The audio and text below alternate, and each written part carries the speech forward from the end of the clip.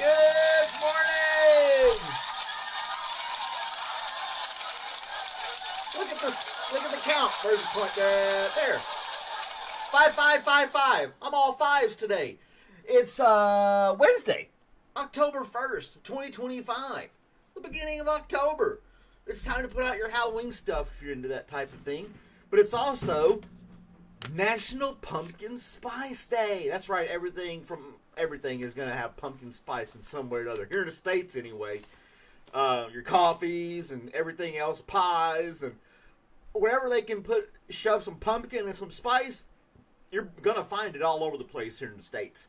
It's like an obsession. Some places have already started it, but yeah. Boogers and snot rockets. Okay, Addison, if that's what you're into. But anyway, yeah, Pumpkin Spice Day. It's good stuff. It's good. I think it's overplayed, personally. But it is tasty.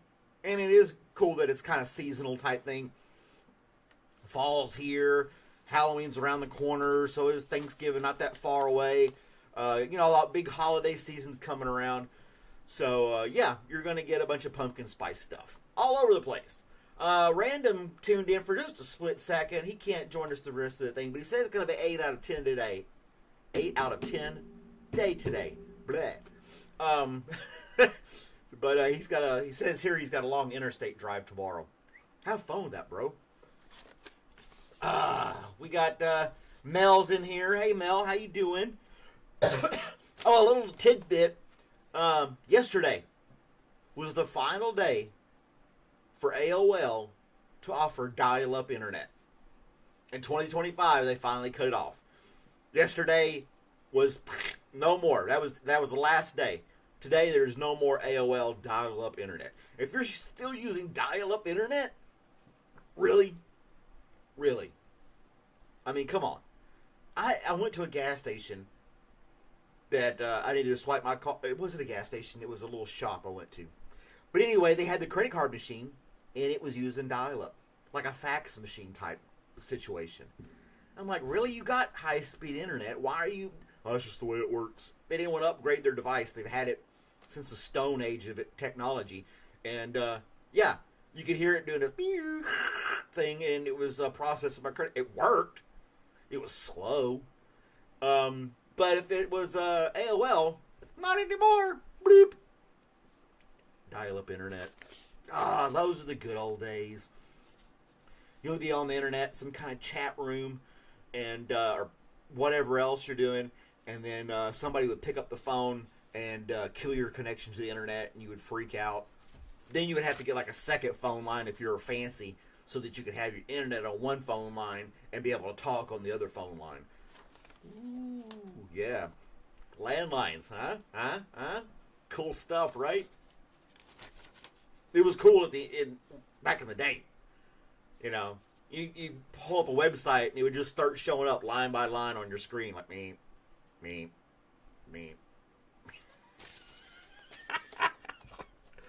Oh, we were like, holy crap, here it comes. It's going to take about 2 minutes. We'll get to see the whole web page. And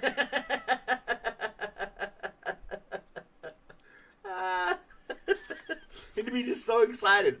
Oh gosh, I would take my computer and throw it out the door if it took that long to open up a website. Oh gosh. Oh my, how has technology improved? And it's only going to get better. We think this is cool now. 20 years from now, we're going to laugh at what we're using today. It's going to be insane. I told you yesterday we're going to have hologram phones. So, but anyway, Mel's telling us about her day in here. What else we got going on today? Dial-up internet, Pumpkin Spice Day. Ford, on this day in 1908, the Ford Motor Company unveils the Model T, and it sells 15 million Model T cars from 1908 to 1927, and that was like a record. They couldn't beat that amount of production until the Volkswagen Beetle came out. And then they said the equivalent of the price of a Ford Model T was like today's dollars, $18,000 in today's money for a car. No bells and whistles, If it rained, you got wet. You know, yeah. Little 4-cylinder. I think it said it could get up to 40 miles per hour. Woo! You know, one time I was looking at a picture of it while I was reading this little story about it. The tiny little windshield wiper that only covered like the top half of the windshield. They're like, well, if it's raining, you're not going to be driving, right? Maybe if you just have to, okay, we'll put a wiper blade on there, whatever. Had the hand crank out front. Oh man, I knew a guy who had I don't know if it was a Model T or a Model M or I don't remember, some old Ford, and it still ran. He would drive it around town every once in a while. If the little town fair festival came in, he would drive it out and sit it. People would go look at it. Ooh, you know. Oh yeah, very rudimentary compared to today's stuff. You know, today is all computer chipped up and everything else. New cars are nice. They ride smooth. They got all kinds of sweet stuff to them. The Model T didn't have a radio. I don't think they had radios in cars until the late 20s and maybe early 30s. When radios were like started in people's homes, much less in people's cars. It's so far back. It's like ancient history. They probably had stone tablets and sent smoke signals. It's amazing how people got away with that kind of stuff. Use an umbrella. Yeah, well, they had like a convertible top. If you look up a picture of one of them, they had like a convertible top you could fold back, which most people you see old pictures or old footage. The top was always back, and people were riding around because they really weren't riding it in the rain. I mean, they didn't have any windows on the side. It was like open. So, yeah. But and they would deliver the cars to people's homes. It wasn't like car dealerships in every town. Some places didn't have them. So a salesperson would drive the Ford Model T all the way out to some house in Kansas, you know, or whatever, sell it to the farmer, cash on the dollar right there on the fender of the car, and somehow get a ride back. You know, take me back to the bus stop. I'll ride back to Michigan. You know, something like that. I don't know. But yeah, they would just hand deliver these cars to people's houses. I mean, I would be an upset salesman if I had drove a Ford Model T across a couple of states to drop off at some farmer's house, and he's like, after I looked at it, I guess I don't want it. And I have to drive it all the way back, and you're like, damn it. That'd be rough for sales. I mean, they had dealerships around the country, I'm sure. I didn't research it that much. But not everybody could go out there if they were riding horses, you know. We're going to ride their horse into town, buy a Ford Model T, and leave the horse behind. You know? But anyway, I digress. We go on about that forever, I think, trying to figure out and speculate how they managed back in the day. And they barely had electricity and running water. How did they do it? Taking your horse into town. It's okay, buddy. We're just going to go into town like we always do. Meep, meep. See you later. Ruga, ruga. Just take off and leave your horse behind. Poor horse. What the hell? Drug your butt all the way into town for this thing. Anyway. So good news. Here, oncologists treat patients' rare cancer with isolated chemotherapy delivery, preventing side effects. So finally, they're able to pinpoint the chemotherapy at the site that it needs to be instead of flushing it to the whole body and people losing all their hair and going through all this treatment. And this is for something with the liver, this particular one. And they're not with like a needle or something, but they can basically go in and say, okay, chemo here. And treat it at the source. It's new. I'm surprised it's taken us this long to get to that point with cancer treatment. You'd think somebody would have came up with that a while back. But it kind of makes sense, you know, instead of flushing the whole body with this chemotherapy stuff, they're able to pinpoint the actual tumor. So this particular one was about the liver. They can do that. And then, you know, the patient isn't just like having to go through this horrible treatment to try to save their lives. So that's kind of cool, I think. Modern medicine, huh? You like, I like it. You like it? Hope we don't get rid of all the modern medicine. Anyway, I won't get into all that. Torrance Smith is here. You have a strange question, but there's any chance you're related to Conor McGregor's uncle?